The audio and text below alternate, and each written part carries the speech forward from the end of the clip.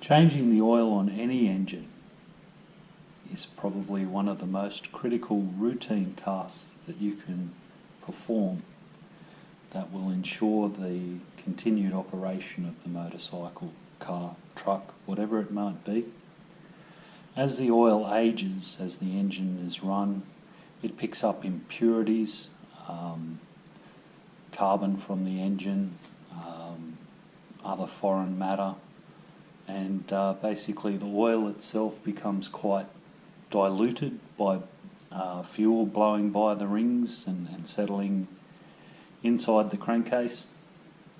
Also the additives package, which is an essential part of the oil that you put into your motorcycle, it will over a period of time become weakened and dilute or ineffective. Now, changing the oil on a Honda CB125E is really easy. The engine itself has a centrifugal oil filter and a filter screen in the bottom, but there are no externally accessible filters or anything like that. To clear the internal filters, you need to take the right hand crankcase cover off. So for your typical oil change on the Honda CB125E, all you need to do is simply drain the old oil and replace it with new stuff. A quality oil is probably well worth considering. Now, I don't have any sponsorship from these guys, and I certainly don't want to try and pronounce their name, but I have found that this particular brand of oil, Fuchs, is excellent and well worth using. It's the only oil that I use in my motorcycles now, and I have quite a collection. To change the oil on a CB125E, you need maybe 5 items: 12mm spanner, a little funnel, a nice clean little funnel, your oil of course, and a drain pan, something to put the used oil in. I'm going to show you the bottom of an engine that's not in a motorbike at the moment. This is just so you can see what I'm shooting for. There's a little drain bolt on the bottom, and that's this guy here. Now he's easy to identify because he's the only downward facing bolt really, and he's got these little castings there on the crankcase covers designed to protect it so that it can't be ripped off. And of course, when the time comes and you go to change your oil, it's just a case of taking that bolt out. Now, no oil will come out of this engine because of the angle it's sitting on, but there is actually a litre of oil in there or thereabouts. If you're wondering, on an oil change generally the CB will take about 800 millilitres of oil, so you can get away with buying just a 1 litre oil. That's fine. I get it in 4 litres. It's cheaper by 4 litres, and it means you've always got something there for top-ups or whatnot. So let's get stuck into it and change some oil. Now there are 2 schools of thought, at least, that I'm aware of as to how you start by changing your oil. Now some people feel that a warm engine warms the oil and it will flow faster. Other people believe that if the engine is cold and left on the centre stand, as our bike is here, that all of the oil will drain down from the engine, and sure, it will be a little bit slower draining off, but if you're not in a hurry, that probably is the better of the 2 choices, in my opinion. Start by putting your bike on the centre stand so that it's on level ground, I might add, and that will help the oil drain. I mean, we want to drain every last drop if we possibly can. In practical terms, that won't be the case. There'll be at least 200 mils of old oil still floating around in the engine. But if you change your oil at Honda's prescribed 4,000 kilometre interval, or on my personal 2,500 kilometre interval, the oil will cycle and the oil will always be relatively fresh. You'll only get that last 200 mils of oil if you pull the motor apart. That 200 mils of oil is trapped in places within the engine that only oil pressure will probably move it out of, or dismantling it. Anyway, when you're on the centre stand, place your oil drain tray underneath the bike. Now, whatever you use for an oil drain tray, if it's an ice cream container or whatever, it has to be at least 1 litre in capacity. So slide your oil drain pan underneath the bike in a place underneath the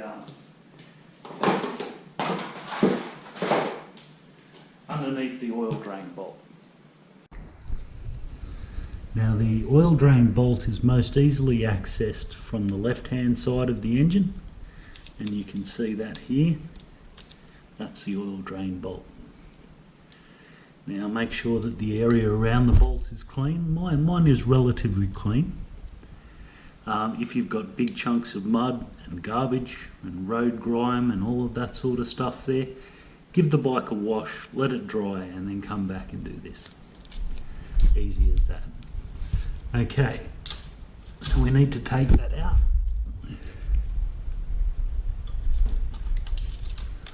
It's a little tight.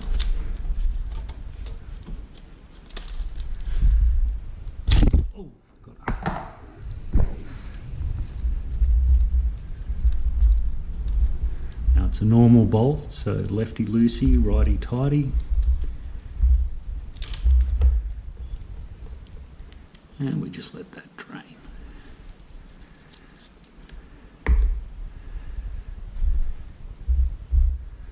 You don't have to run your fingers through it. This is our 200cc big bore kit engine. And this is basically the oil that it's been running in on. So I would actually expect it to be a lot worse than it actually is. In fact, that's fine.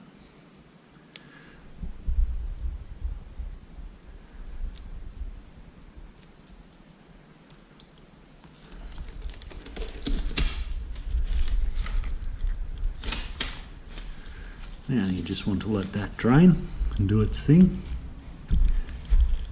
Amuse yourself until you're satisfied that no more is coming out.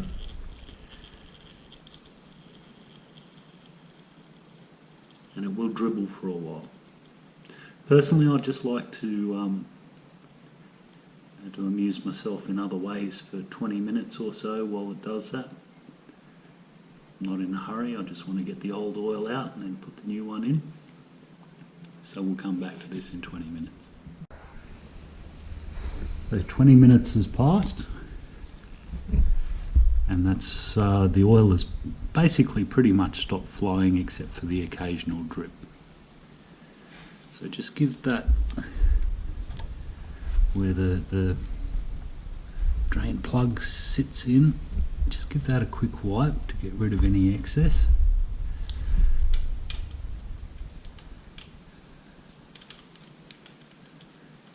Doesn't hurt to give the drain plug a bit of a wipe too, by the way. The important thing during an oil change is not to contaminate the engine. Don't get any dirt in there. A single grain of dirt can do a lot of damage to a cylinder wall. There we go, so I've got that started.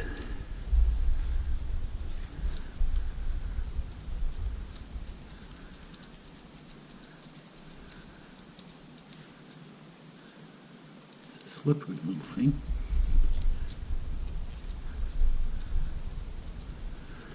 Now just screw it in there, finger tight, and get your spanner and just nip it off like that. You can see that I didn't turn that 6 turns, probably about an 1/8. If you were to use a torque wrench on it, perhaps 15 or 20 foot-pounds at the most. There's no load on that bolt. That bolt does not take any weight, it doesn't retain anything, its sole purpose is to fill a hole. So it does not need to be tightened up excessively. It just needs to be tight enough not to fall out again. Now we need to put the oil into the engine. It should go without saying that while your engine has no oil in it, you should not attempt to start it. That can cause quite a lot of damage. Now on the right hand side of the bike we have the dipstick.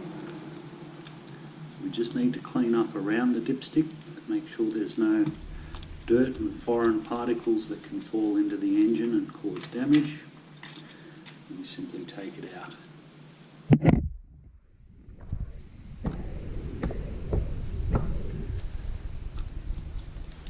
Give your funnel a bit of a clean first of all. Make sure there's no dirt in that. Now I've kind of cheated here and I've put 800 mils of oil into a jug. And the reason for that is that it saves me the hassle of stopping and constantly dipping the oil as I pour the oil into it. Don't overfill your engine.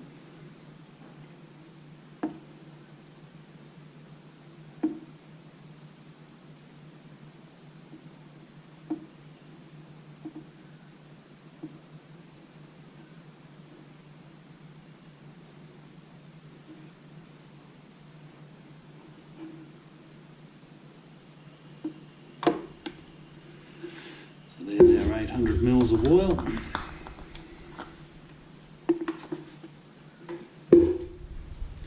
Now to check the oil, don't screw the dipstick in, just rest it like that.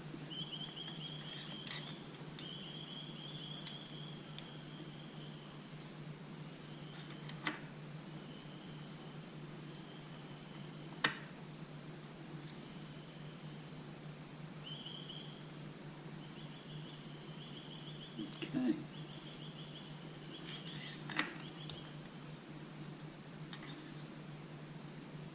So it's just on the bottom of the dipstick, so we need to add a little bit more.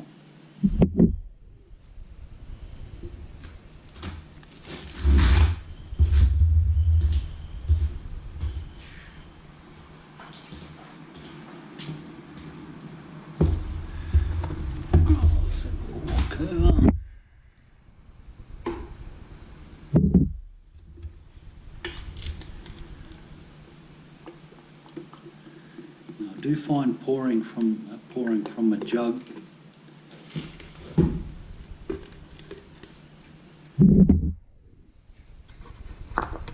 to be preferable to pouring from a drum of oil, but that's a personal preference once again. So we're just adding a little bit more. We've already put a fair bit in there, so we're very close to being in the ballpark. So once again, there we go, so we're well and truly on the bottom of the stick. It's better to sneak up on it than to overfill it.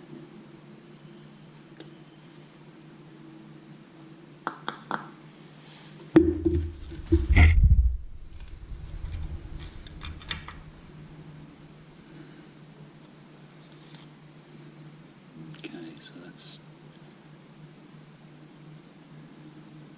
very much where we want it to be. Put the dipstick in.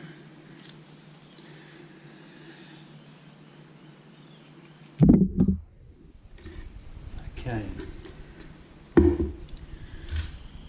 So that's that. When we put the oil in there, that actually filled it up to the upper level mark.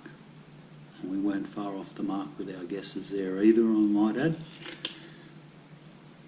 The best thing to do now is to run the engine.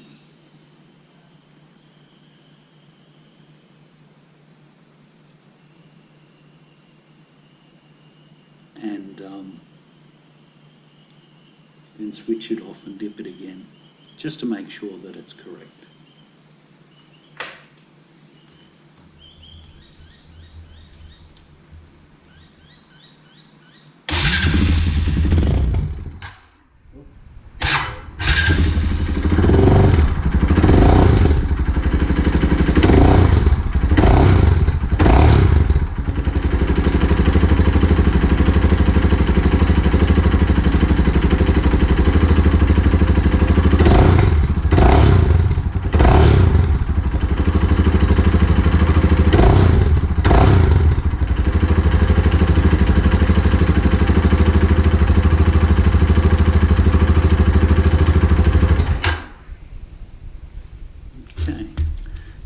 take a few seconds for the oil to drain from the top of the motor back into the bottom. I'd suggest that you give it about 2 minutes before you check it again.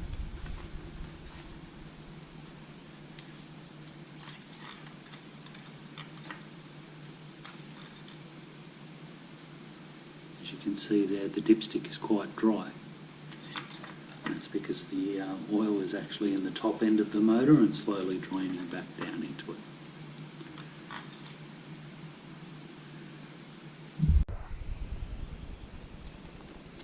So I've let the oil drain a few minutes. Put a little bit of a pause in there so that we didn't all have to stare at the engine for 4 or 5 minutes.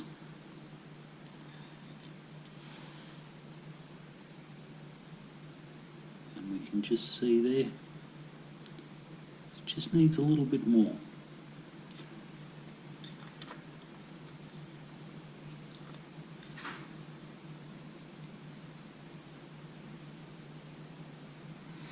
So what you need to do is just keep adding oil carefully until you can see oil at that upper level mark there. So you've got the lower level mark, that one down there on the bottom, the squiggly bit in the middle, and then the upper level mark there, and it shouldn't be any higher than that. Keep going until yours gets there, just a little bit at a time. You've got to remember the engine doesn't hold all that much. And that's how you perform an oil change. Once you've done that, in fact I still think this engine's still draining back, so if in doubt, give the motor more time. See, that is coming up. Once you've finished, the dipstick in. Give it a bit of a wipe so that there's no oil there to attract dirt, and you're done.